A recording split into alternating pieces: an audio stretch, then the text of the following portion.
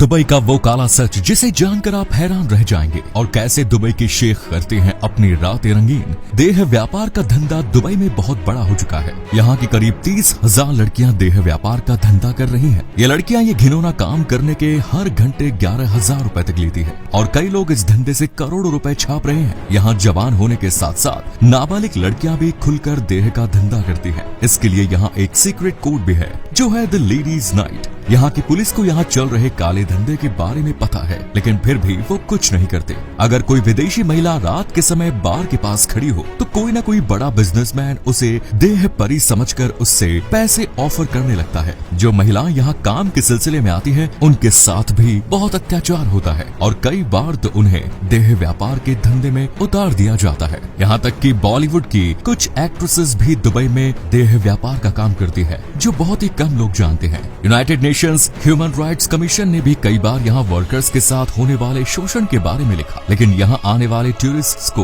Dubai का ये काला सच नहीं दिखाया जाता। आज के समय में दुबई दुनिया के मोस्ट फेमस टूरिस्ट डेस्टिनेशंस में से एक है, जहाँ हर साल करोड़ों लोग यहाँ घूमने आते हैं। लेकिन आपको जानकर हैरानी होगी कि आज से 200 साल पहले दुबई सिर्फ रेतों से भारी बंजर देश था। वहीं आज दुबई दुनिया के सबसे डेवलप कंट्रीज में से एक है, जहाँ बड़ी बड़ी इमारतें, बुर्ज अल अरब, दुबई फ्रेम और पाम जुमेराह जैसे शानदार आर्किटेक्ट के साथ लग्जूरियस कार्स, नाइट लाइफ और ऐशो आराम की जिंदगी जीने का हर एक सुविधाएं हैं। हाल ही में दुबई गवर्नमेंट ने अगले 20 साल के लिए बहुत सारा मास्टर प्लान तैयार भी किया है, जिसे विजन 2040 का नाम दिया गया है। लेकिन क्या ये प्लान पूरा हो पाएगा? क्या दुबई सच में इतना अमीर है और हमेशा ही ग्रो करता रहेगा? एक रिपोर्ट के तहत आज 2023 में दुबई की जीडीपी का सिर्फ 1% हिस्सा ऑयल से आता है, जबकि बाकी 99% टूरिज्म, फाइनेंस और सी ट्रेड से आता है। लेकिन क्या सच में ऐसा ही है? आज से करीब 200 साल पहले 1822 में दुबई सिर्फ समंदर की मछलियों से पेट पालने वाला देश था और ऐसे ही मुश्किल से अपना गुजारा कर रहा था। फिर उसके बाद दो बड़ी चीजें हुई, एक ऑयल का मिलना और दूसरा दुबई में नए रूलर का आना। शेख राशिद अल मुख्ताम, जिसने दुबई को एक अलग नजरिए से देखा, वो जान चुका था कि दुबई को अगर कम समय में ज्यादा तरक्की करनी है तो उसे हर हाल में अबू धाबी का सपोर्ट चाहिए होगा, क्योंकि उस समय अबू धाबी सबसे ज्यादा ऑयल प्रोड्यूसर रहा है। और खुशकिस्मती से अबू धाबी के सुल्तान शेख जायन बिन भी चाहते थे कि सारे एमिरेट्स कंट्रीज एक दूसरे से मिलजुल कर रहे, जिससे कि कोई भी खतरा आने पर एक साथ उनका सामना कर सके। और 1971 में दुबई एक साथ होकर यूनाइटेड अरब एमिरेट्स की संगठन की और अबू धाबी इसका कैपिटल बन गया। जैसे जैसे ऑयल से पैसा आने लगा, शेख ने दुबई का इंफ्रास्ट्रक्चर चेंज किया, जिसमें दुबई का रोड, एयरपोर्ट और बिल्डिंग्स को दुबई को दूसरे देशों से अलग पहचान दिला दी। दुबई के पास अब first class restaurants, banks, road services available थी।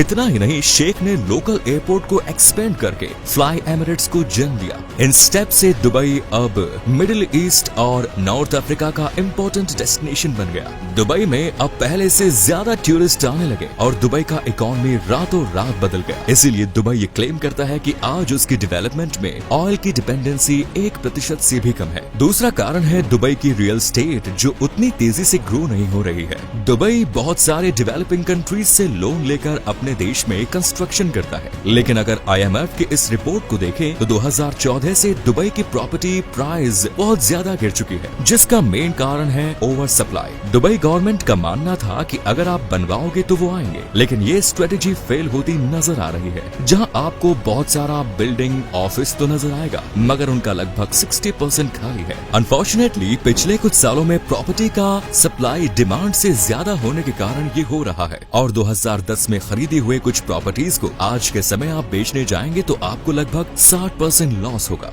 दुबई का डेप्ट करीब $80 बिलियन है। अगर 2008 में अबू धाबी नहीं होता तो दुबई डिफॉल्ट कर जाता, जिससे कि दुबई का ये क्लेम दुबई ऑयल पर नहीं चलती, ये पूरी तरह से गलत हो जाता। दूसरा कारण है दुबई की रियल एस्टेट, जो उतनी तेजी से ग्रो नहीं हो रही है। दुबई बहुत सारे डेवलपिंग कंट्रीज से लोन लेकर अपने देश में कंस्ट्रक्शन करता है, लेकिन अगर IMF की इस रिपोर्ट को देखें तो 2014 से दुबई की प्रॉपर्टी प्राइस बहुत ज्यादा गिर चुकी है, जिसका मेन कारण है ओवर सप्लाई। दुबई गवर्नमेंट का मानना था कि अगर आप बनवाओगे तो वो आएंगे, लेकिन ये स्ट्रेटेजी फेल होती नजर आ रही है। जहां आपको बहुत सारा बिल्डिंग, ऑफिस तो नजर आएगा, मगर उनका लगभग 60% खाली है। अनफॉर्चुनेटली पिछले कुछ सालों में प्रॉपर्टी का का सप्लाई डिमांड से ज्यादा होने के कारण ये हो रहा है। और 2010 में खरीदी हुए कुछ प्रॉपर्टीज को आज के समय आप बेचने जाएंगे तो आपको लगभग 60% लॉस होगा। एग्जाम्पल के तौर पर एमिडेन 1 जो दुबई का एक बहुत बड़ा प्रोजेक्ट था, इस पर 2015 में काम तो शुरू हुआ मगर डिमांड कम होने के कारण इसे बंद करना पड़ा और इसको बनाने वाला कंपनी आज के समय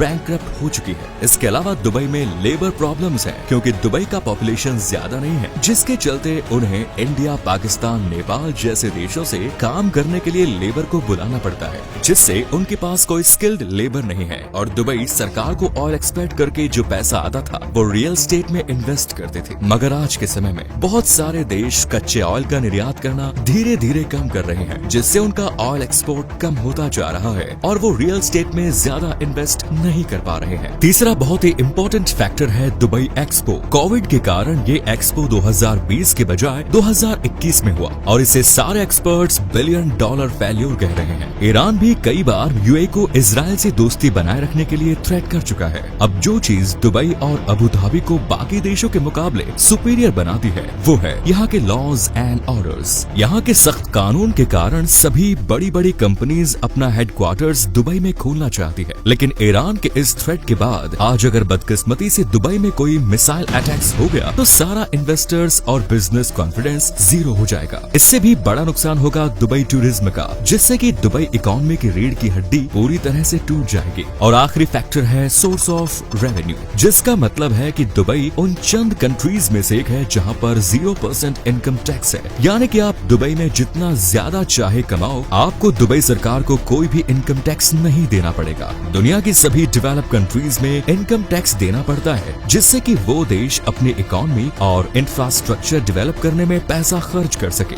दुबई में ऐसा नहीं है, जो दुबई की प्रॉब्लम्स के लिए कहीं हद तक जिम्मेदार भी है। तो इन पांचों फैक्टर्स को मद्देनजर रखते हुए ये बात तो जाहिर है कि दुबई का फ्यूचर पूरी तरह से अबू धाबी पर डिपेंडेंट है, चाहे वो ग्लोबल ऑयल डिमांड हो या फिर यूएई का फॉरेन पॉलिसी। दूसरी तरफ दुबई को टूरिज्म के अलावा अपनी इनकम सोर्स डेवलपमेंट करने का सख्त जरूरत है। कंस्ट्रक्शन को रेगुलेट करने की जरूरत है ताकि प्रॉपर्टी की सप्लाई डिमांड से बाहर न जाए और उनकी प्राइस भी लिमिट में रहे। जहाँ तक दुबई के 80% पॉपुलेशन इमिग्रेंट्स हैं जो आज दुबई की तरक्की के लिए बहुत ही अहम भूमिका निभा रहे हैं। खैर जो भी हो, दुबई आज अपने आप में एक मिसाल है, लेकिन पूरी दुनिया में दुबई जैसा कोई भी सिटी नहीं मिलेगा। लेकिन ये कब तक ऐसा बना रहेगा ये तो वक्त ही बताएगा। धन्यवाद।